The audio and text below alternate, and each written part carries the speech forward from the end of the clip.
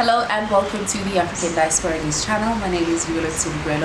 So today we're going to be talking about Sara Baartman, her life of exploitation and injustice. Make sure you like, subscribe and leave some comments. So let me tell you about our sister Sara Baartman, who often referred as the Saki in her native Afrikaans diminutive, and was a Khoikhoi woman from South Africa whose tragic life story highlights the brutal exploitation and racial objectification of African women during the colonial era.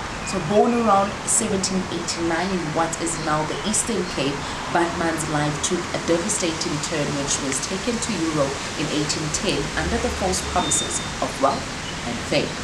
So in Europe, Sara became the subject of dehumanizing exhibitions where she was paraded as freak show attraction due to her physique, particularly her large buttocks, to what is now seen or known as the BBL. So her common features, these were the common features to the Khoikhoi woman.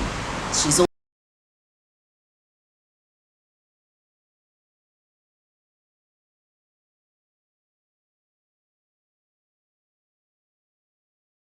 unlike objectified her, treating her body as an exotic curiosity rather than acknowledging her humanity.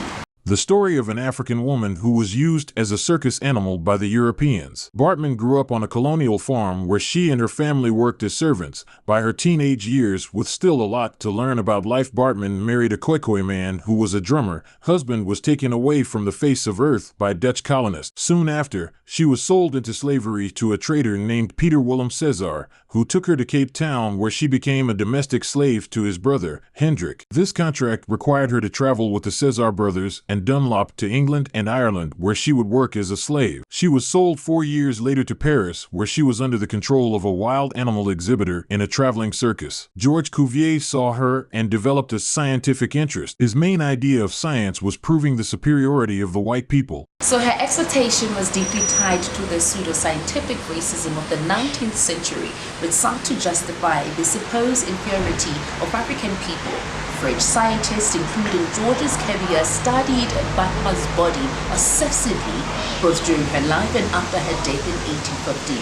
Her remains were deserted and displayed in French museums, including the Musée du Homme, perpetuating the objectification and humiliation she endured in life. It wasn't until 2002, after decades of advocacy, that Sara Baartman's remains were repatriated to South Africa, which was finally laid to rest in Gamto's Valley near her birthplace. Her story serves as a grim reminder of the racial injustices and gender-based exploitation that marked colonial history. Sara's life is now a symbol of resistance against racism, sexism, and the dehumanization of African people. Her legacy challenges us to reflect on the dignity and humanity stripped from individuals by systems of oppression and exploitation. Now make sure that you subscribe, like, leave your comments. Let's continue talking and sharing our African stories ourselves. I'm Vuyo Mgwelo, all the way from Johannesburg for the African Diaspora News channel. Unleash the power of knowledge and connect with the heartbeat of the African Diaspora. Download our African Diaspora News channel app now on Google Play and Apple App Store. Stay informed with authentic and diverse perspectives, breaking news and cultural insights. Immerse yourself in a community that celebrates unity, resilience and progress. Experience the vibrancy of the diaspora at your fingertips.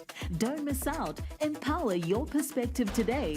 Search African Diaspora News channel and join the conversation.